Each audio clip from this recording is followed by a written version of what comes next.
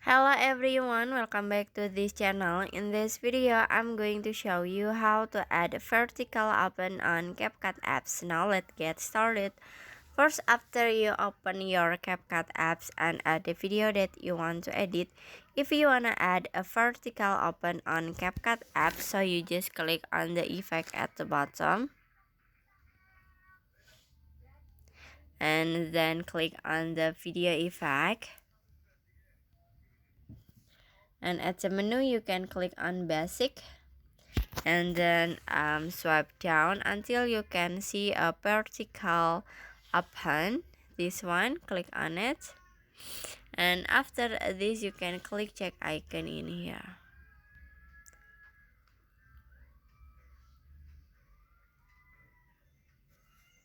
and finish. Show that how to add a vertical open on CapCut apps.